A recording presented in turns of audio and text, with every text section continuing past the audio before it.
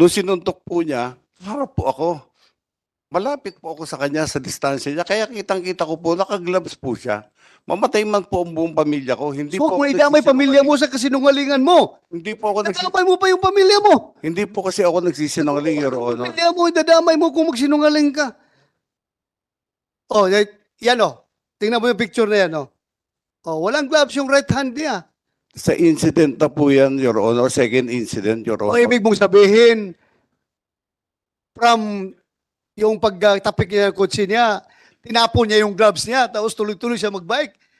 Ang mahal ng gloves na yun ha, yung may nakil, itatapon niya. Hindi ko po alam kung nilagay niya po sa belt bag niya o saan po. Pero basta ako po nagsasabi po ako ng totoo sa inyo, Your Honor. Mataas po respeto ko po sa inyo. Yes, yes. Wala na tayo dyan sa respeto. Ako rin, nagrespeto rin ako sa'yo. Kapwa tao kita. Nagrespeto ako sa aking kapwa. Pero kung halata naman masyado na nagsisinungaling ka dito, I cannot out of respect to this committee, hindi ko rin tatanggapin yung sinasabi mo. Hindi rin ako maniniwala talaga. Sige lang, continue. Anyway, after that, please. Tapos po, sumakay po ako sa kotse ko. Hinabol ko po sana siya. Nag-isip po ako, baka madamay pa yung trabaho ko, gulo, bagong opera din ako sa spine. Mahina na rin naman ako. Inisip po, gulo pa to.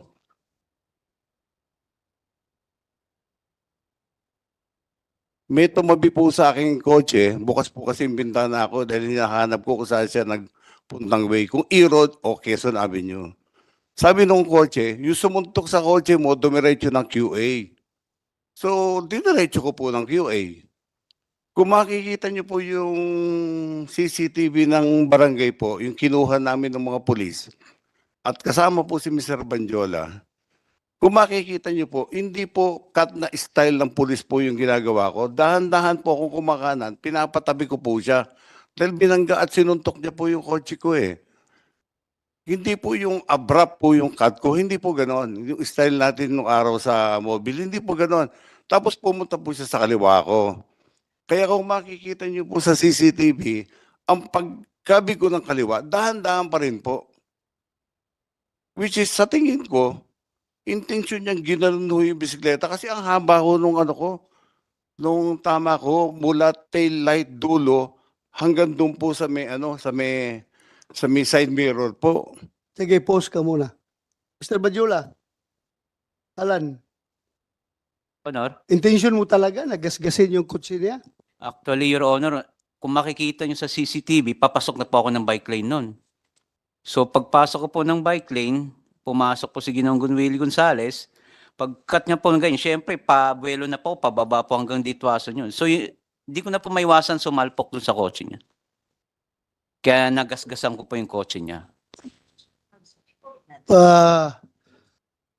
Ipa-play nga natin. Please, i-play the video. Senator JB, please take over. Sandali. Secretariat, please play the video. Ito pong video para...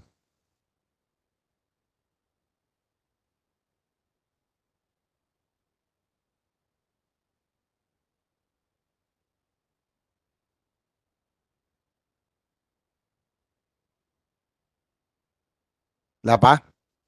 Sige. Transfer. Anyway, siguro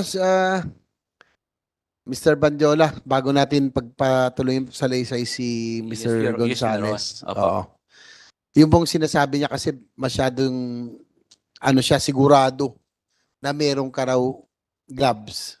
Pwede ba yung unang insidente hanggang sa pangalawa, itinanggal mo daw? Pwede bang mangyari yun? Hindi ko po matatanggal kasi, Your Honor, doon pa lang sa kanto po ng Welcome Rotonda, may mga sasakyan pong lumiliko doon. Pag nagkamali ka po doon, masasagasaan ka. Saka hindi po ganun kadali tanggalin ng gloves na Hindi, alam ko yan. Nagbabike din ako. Tsaka pwede ba magka-gloves ka na ano? Ang pang-gloves kasi na may pang-knuckle, pang-motor po yun. Hindi natin ginagamit sa nagbibisikleta. No? Tama po si Senator De La Rosa. Dahil ako po ay motorcycle rider and cyclist at the same time. Hindi ko gagamitin yung pang-motor sa bisikleta kasi makapal po yun eh. Di ba? So wala kang, Opo. for the record of this committee, wala ka talagang suot na gloves. Wala po. Maski yung mga ano po, alam nila, wala po Yung akong pong gloves. kiniklaim ng police kanina na merong dent sa kaliwang bahagi ng bubong nung sasakyan ni Mr. Gonzales, dun mo ba tinapik o sa likuran banda? Actually po, ang bike lane sa right side po, Your Honor. Sa right side, Opo. hindi sa kaliwa. Hindi Yung po eh. kiniklaim kasi ni Mr. Gonzales nung malapit Siguro na kung kayo, meron, may time ba na pinalo mo din yung ano? hindi po eh. sasakyan? Kung Wala na. siguro meron mong pumalo sa kotse ni Ginoong Gonzales, malamang hindi po ako yun. Siguro, ako lang po siguro ang nakita niya that time po.